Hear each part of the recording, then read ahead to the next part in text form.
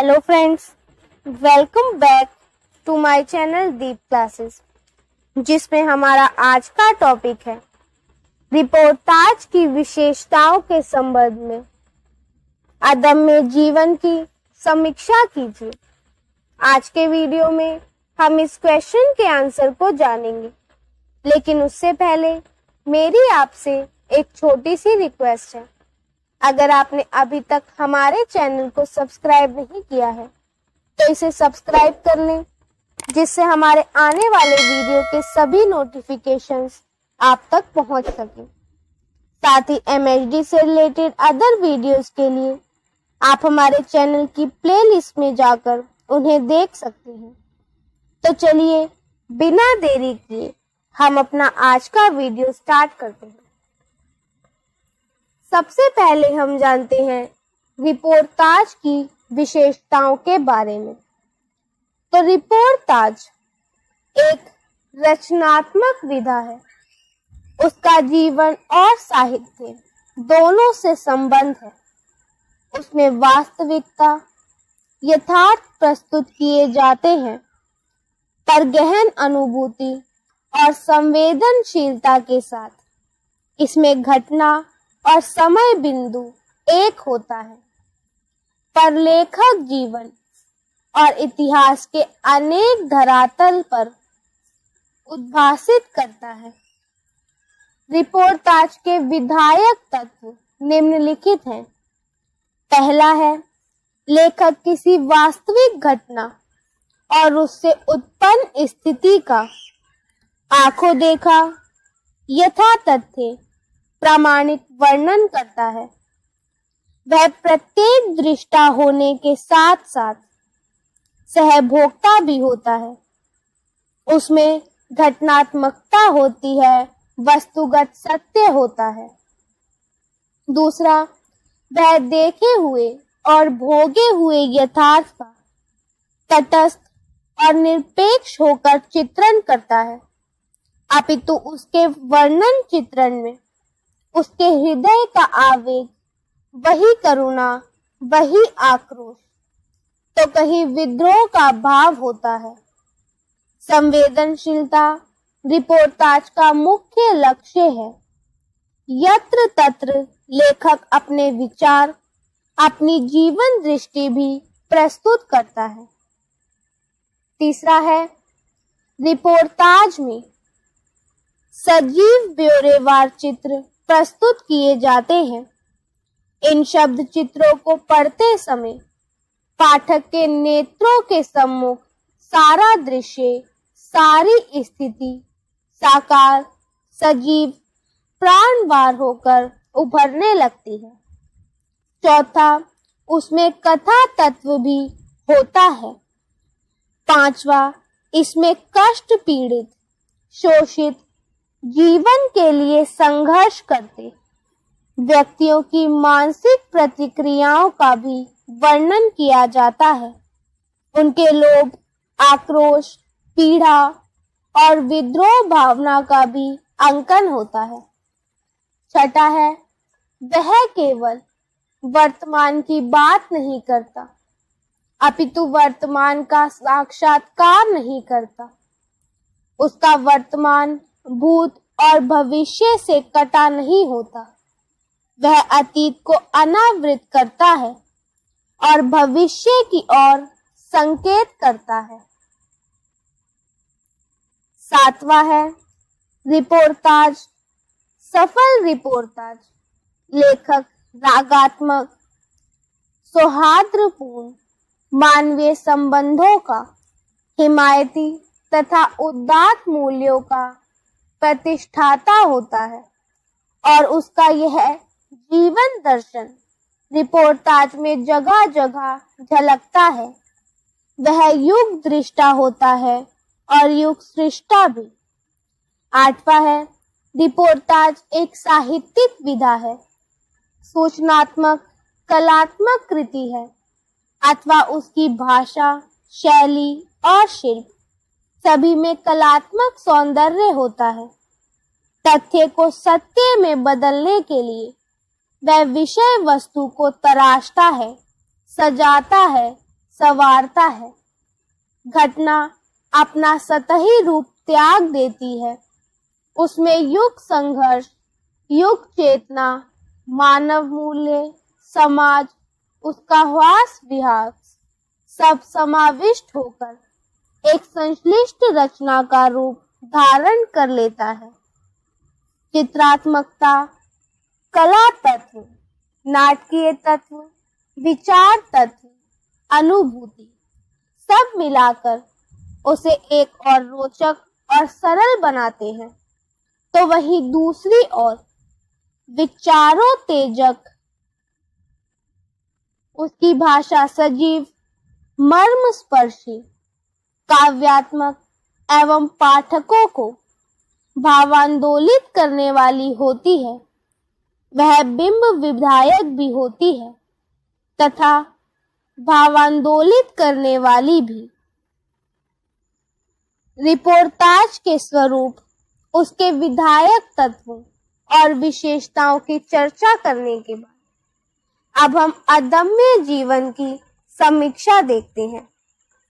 तो द्वितीय विश्व युद्ध के दौरान 1942 में भयंकर अकाल पड़ा। बंगाल की शस्त्र श्यामला भूमि भूख, रोग और मृत्यु के संत्रास में करहा उठी। यह अकाल प्राकृतिक विपदा भर नहीं था, साम्राज्यवादी ताकतों की शोषण परक नीतियों का परिणाम था।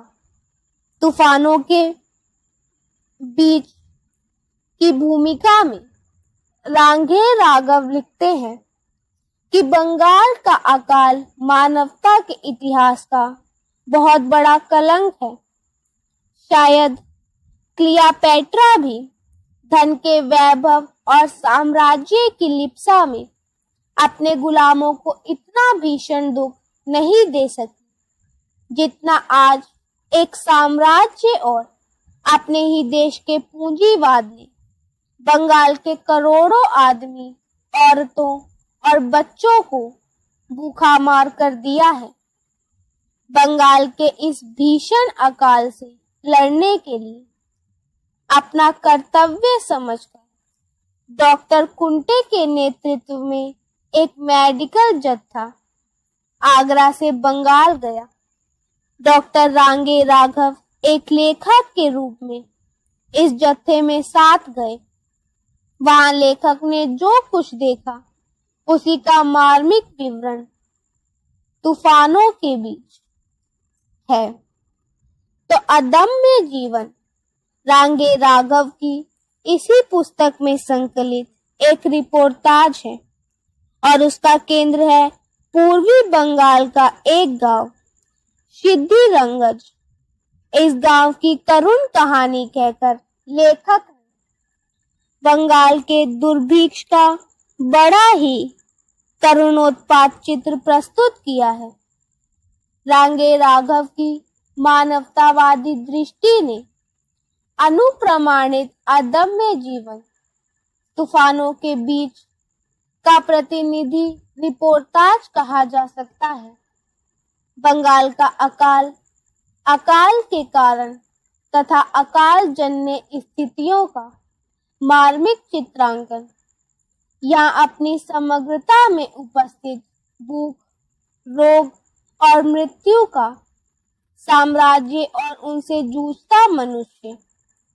अकाल में लाखों लोग मरे थे और उनकी लाशें बिना कफन के मिट्टी खोदकर दफना दी गई थी। एक एक कब्र में 3-3 लाशें।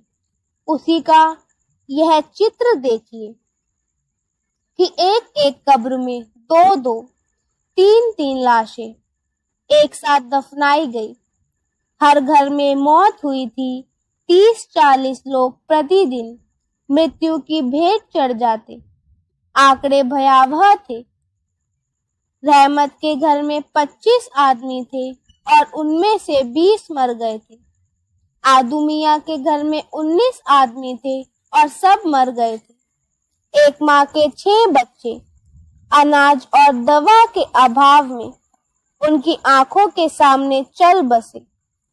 अब्दुल रहमान के घर में 16 आदमी थे और उनकी मृत्यु की त्रासदी झेलने को वह अकेला बचा था। इस पर भी किसी का रोना कहराना शेष नहीं बचा। जीवन के अभावों से जूझते हुए आंखों की नमी सूख गई है।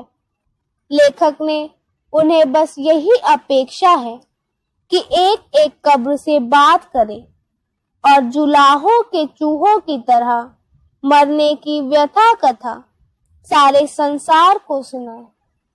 लेखक यहाँ स्थिति का चित्र ही प्रस्तुत नहीं करता, अपितु उसकी मानवीय चेतना इस मनुष्यकृत त्रासदी को देखकर व्याकुल हो उठती है और आत्मा चित्कार कर उठती है।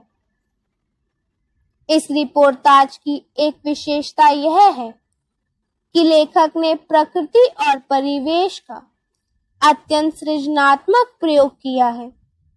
पूरी रचना में परिवेश प्राणदायक स्पंदन की तरह व्याप्त है। परिवेश माला का धागा है और घटनाएं, प्रसंग, स्थितियां इसमें बंधे मन के। प्रकृति के अनेक बिंब मनुष्य की पीड़ा के साथी बनकर आए हैं। व्यक्ति और प्रकृति के बीच वैषम्य दिखाकर स्थिति की भयंकरता दिखाई गई है। दूर लगभग मील भर की दूरी पर कालनेमी की तरह खड़ा था लंबा ताड़ का पेड़। वर्षों से ताड़ का पेड़ इसी तरह खड़ा है, किंतु आज उसकी छाया में मनुष्य विक्षुब्ध है। व्यक्ति और परिस्थिति के संघात से उभरते ये सजीव चित्र बंगाल के इतिहास को, उसकी परंपरा को साकार एवं जीवंत बना देते हैं। लेखक ने इस अकाल पीड़ितों की सशक्त जनचेतना का भी संकेत दिया है। उन्हें ज्ञात है कि कौन उनकी पीड़ा के लिए उत्तरदायी है। सब लोग अभाव और अभावजन्य भ्रष्टाचार का बोलबाला है। चावल किसी भी भाव पर नहीं मिलता। हर चीज पर मुनाफाखोरी और काला बाजारी हो रही है। गांव कमेटी के, यूनियन बोर्ड के चेयरमैन सब चोर हैं, चोर। हमारी कोई परवाह नहीं करता है। रिश्तेदारों को काट देते हैं, अपनों को देते हैं, हमारी क्या पूछ। वे यह भी जानते हैं कि उनकी दुर्दशा का एक कारण एकता का अभाव है। हम में एका नहीं है, वरना क्या मजात कि वह अपनी मनमानी करे। इस रेखा चित्र में लेखक एक और भूख, रोग, मृत्यु से जूझते बंगाल के लोगों की व्यथा कथा सुनाता है और वहीं दूसरी ओर साम्राज्यवादी ब्रिटिश शासन और पूंजीपतियों की मिलीभगत का उद्घाटन करता है। साथ ही जनता में उभरती चेतना और विद्रोह की भावना का संकेत करता है। रिपोर्टाज तभी सफल एवं प्रभावशाली रचना बनता है जब उसके लेखक का भावावेग प्रस्तुत रचना में लेखक के हृदय की पीड़ा, संतृप्त लोगों के प्रति करुणा, कठोर हृदय वाले पूंजीपतियों, जमाखोरी, काला बाजार करने वालों के प्रति आक्रोश और जनशक्ति में दृढ़ विश्वास जगह जगह दिखाई देता है। रिपोर्टाज के प्रत्येक शब्द में उनकी पीड़ा करुणा बोलती प्रतीत होती है। लेखक की जगह जगह दी गई टिप्पणियों से उसकी जीवन दृष्टि का पता लगता है, जो रिपोर्टाज का एक अभिन्न अंग होता है। लेखक की दृष्टि मानवतावादी है। वह समानवादी चेतना का लेखक है। इसी दृष्टि से उन्होंने सामाजिक और राष्ट्रीय समस्याओं का निरूपण किया है। उनके रिपोर्टाज युगीन समस्याओं के संश्लिष्ट अभिव्यक्ति करते हैं। अकाल को मानव निर्मित ठहराते हुए लेखक उस व्यवस्था पर प्रश्न चिन्ह लगाता है जो साधनों को कुछ हाथों में केंद्रित करके व्यापक जन समुदाय को इस भीषण संघर्ष की ओर धकेल देती है, जहां वस्तु व्यक्ति के लिए न होकर पैसे के लिए हो जाती है। बंगाल के इस अकाल में भी पूंजीपति पैसे से सब कुछ नापता रहा और मनुष्य की भूख और नग्नता ने उसे सर्वनाश के कगार पर ला खड़ा किया। मनुष्य को नंगा रखकर मनुष्य ने अपने मुनाफे के लिए बेशुमार कपड़ा तालों में बंद कर रखा। जहां वस्तु मनुष्य के लिए न होकर पैसे के लिए थी। कितना बड़ा व्यंग्य और विद्रूप था कि आज कपड़ा बनाने वाले स्वयं नंगे हैं। अदम्य जीवन केवल इस स्थिति का ब्यौरा भर ही है। जनता के प्रति लेखक की सच्ची सहानुभूति, संवेदनशील दृष्टि और व्यापक जन समुदाय के प्रति उसकी पक्षधरता इस रिपोर्टाज को सामाजिक, राजनीतिक, आर्थिक व्यवस्था के विरुद्ध एक सक्रिय हस्तक्षेप का रूप देती है। व्यक्ति के संकुचित यथार्थ पर टिकी इस व्यवस्था के विरुद्ध उस स्वार्थ की परिकल्पना करता है जो सबका स्वार्थ हो, जिसमें सबका सुख और सबका हित निहित हो। चारों ओर व्याप्त अकाल के संत्रास से पीड़ित मनुष्य की वेदना में रांगे राघव को एक नई जीवन दृष्टि प्राप्त हुई है। इस प्रकार अदम्य जीवन में लेखक की विचारधारा, उसकी जीवन दृष्टि यहाँ प्रस्फुटित हुई है। उसने मानव मूल्यों की, मानव संबंधों की पड़ताल की है। बंगाल के अकाल की विभीषिका को देखकर उसे लगा कि नैतिकता, प्रेम की प्राचीन परिभाषा गलत है। भूख से तड़पती स्त्री का पैसों के लिए या चावल के दानों के लिए अपना शरीर बेचना अनैतिक नहीं है। प्रेम दो व्यक्तियों के बीच नहीं, सभी प्राणियों के प्रति होना चाहिए। स्व से सर्व की ओर बढ़ना, सबके हित को अपना हित समझना ही मोक्ष का द्वार है। सब दुखों कष्टों की जड़ है विदेशी शासन। अतः 40 करोड़ को आजाद होना पड़ेगा और फिर हमारा तुम्हारा प्रेम गुलामों का ना होकर स्वतंत्र मानव मूल्यों का होगा। इस प्रकार लेखक ने करुणा और बंधुत्व को उदात्त जीवन मूल्य मानकर उनकी जीवन प्रस्तुति की है। रिपोर्टाज अतीत को अनावृत करता है, वर्तमान का साक्षात्कार करता है और भविष्य की ओर संकेत करता है। सफल रिपोर्टाज में वर्तमान ही नहीं, अतीत भी बोलता है तथा उसमें भविष्य का भी संकेत होता है। अदम्य जीवन में 1942 में बंगाल के अकाल पीड़ितों की व्यथा के भयानक, विभत्स और करुणोत्पादक चित्र तो है ही, उसके कारणों की पड़ताल करते हुए अतीत में भी झांका गया है। विदेशों का आक्रमण, मानव संस्कृति को नष्ट करने का प्रयास, जनता की आय के साधनों को समाप्त कर उन्हें अपराधी बनाने की साजिश, साम्राज्यवाद एवं पूंजीवाद से मिली भगत, साथ ही भविष्य के लिए भी आस्था, विश्वास और आशा का स्वर है।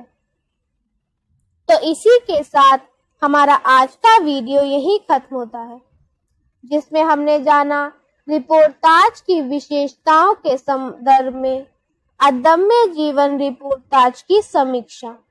अगर हमारा आज का वीडियो आपको पसंद आया हो तो वीडियो को लाइक एंड शेयर करें और हमारे चैनल को सब्सक्राइब करें। Thank you for watching.